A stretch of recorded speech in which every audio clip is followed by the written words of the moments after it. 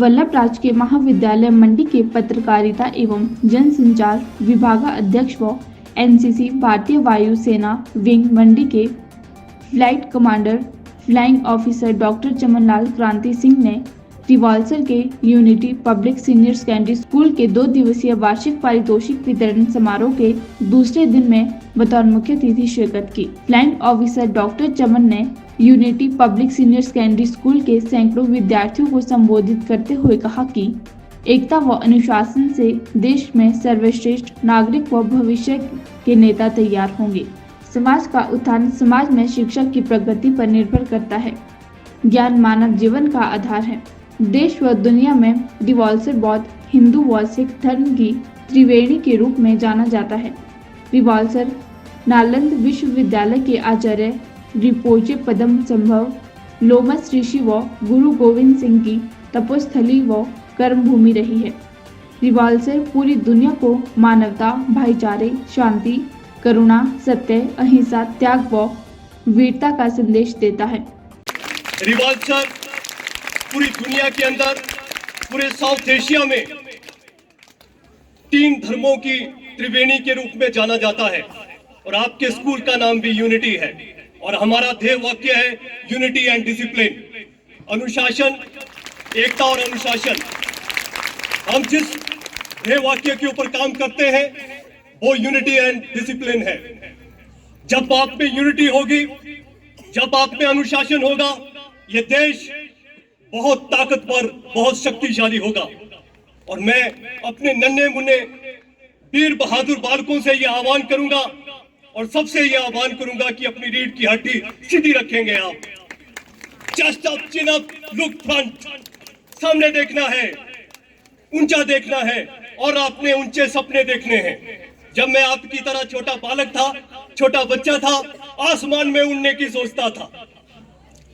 पंख नहीं थे, लेकिन एक सोच थी, एक सपना था कि आसमान में उड़ूं और आसमान में उड़ते हुए मैं इस पृथ्वी को देखूं। यकीन मानिए, जब आप आसमान पे हैं, बादलों से ऊपर हैं, जब आप पृथ्वी को देखते हैं, पृथ्वी बहुत खूबसूरत नजर आती है। देखना चाहेंगे आप? Yes sir. बनना चाहेंगे आप ऐसा? Yes sir.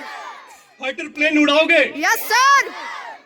यही उम्मीद आपसे है कि आप अपने सपनों को साकार करेंगे। मैं आपको बता दूं, ये दुनिया जो है एक जिन की तरह काम करती है और जिन क्या कहता है? जिन हमेशा आपसे हुक्म मांगता है, क्या हुक्म है मेरे आका। अगर आप उस जिन को अपनी विश, अपनी डिजायर, अपनी इच्छा बताने की कोशिश करेंगे तो ये जिन आपका ये सपना जरूर पूरा करेगा। वो कहेगा क्या हुक्म है मेरे आका, और आपको बताना है कि मेरा ये हुक्म है, मेरी ये डिजायर है, मुझे ये बनना है, मुझे वो बनना है। और सबसे पहले हमें इंसान बनना है। क्या बनना है? इंसान। हम अच्छे शिक्षक बने, अच्छे अधिकारी बने, अच्छे ऑफिसर बने, सबसे पहले हमें एक अच्छा इंसान बनना है। आपकी ये धरती, हमारी ये धरती बहुत खूबसूरत है। आपने रिवाल्सर में एक बहुत बड़ी स्टैच्यू देखी होगी। Yes sir. किसकी स्टैच्यू है? पद्म संभव। आप जानते हैं पद्म संभव कौन है? Yes sir. कौन है? एक बच्चा उठा के मुझे बोले, उठ के खड़ा होके बताए कि पद्म संभव कौन है? कौन है बेटा? भगवान है। और आप लोग ब्लेस्ड हैं। रिवाल्सर के आसपास के जनपद में रहने वाले गांव के लोग, आसपास में जितने भी आप लोग बसे हैं, आप लोगों के लिए एक बहुत बड़ी अपॉर्चुनिटी है कि आप जिस जगह पे हैं वो पद्म संभव की धरती है। और पद्म संभव नालंदा विश्वविद्यालय के आचार्य रहे हैं। 4वीं शताब्दी से लेकर 11वीं शताब्दी तक का जो भारत है वो एक ऐसा भारत है जब पूरे भारत का डंका जो है पूरे विश्व में बसता था। नालंदा, तक्षशिला और विक्रमशिला भारत में ऐसे विश्वविद्यालय हुए जहां पे पूरी दुनिया के ज्ञान के जिज्ञासु छात्र छात्राएं जो है वो पढ़ने के लिए आते थे। और इन्हीं विश्वविद्यालय के चलते पूरी दुनिया के अंदर हम सबको, भारतीयों को विश्व गुरु कहा जाता है। भारत से भगवान बुद्ध का नाता रहा है। भगवान बुद्ध को पूरी दुनिया के अंदर बहुत जाना जाता है, बहुत माना जाता है और साउथ एशिया में, पूरे एशिया के अंदर भगवान बुद्ध की जो शिक्षाएं हैं वो बहुत महत्वपूर्ण भूमिका का निर्वहन करती हैं। और हिमालय का बुद्ध जो है वो रिम्पोंचे पदम संभवा को कहा जाता है, and he is called the second Buddha of Himalayas.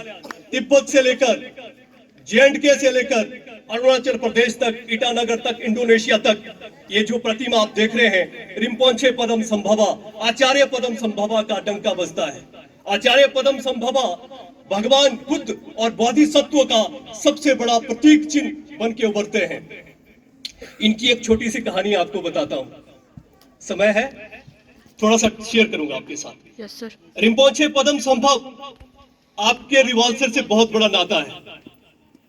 राजा अर्शधर की पुत्री राजकुमारी मंधरवा रिम्पोंचे पदम संभवा की शिष्या रही है, और रिम्पोंचे पदम संभव का शिष्य होना अपने आप में बहुत बड़ी बात थी, क्योंकि जब पूरे देश के अंदर नारियों की शिक्षा के ऊपर प्रतिबंध था तो पहली बार एक नारी ने, एक राजकुमारी ने पढ़ने का निर्णय लिया, सीखने का निर्णय लिया, एजुकेशन को प्राप्त करने का निर्णय लिया, और उसने रिम्पोंचे पदम संभव से शिक्षा अर्जित की।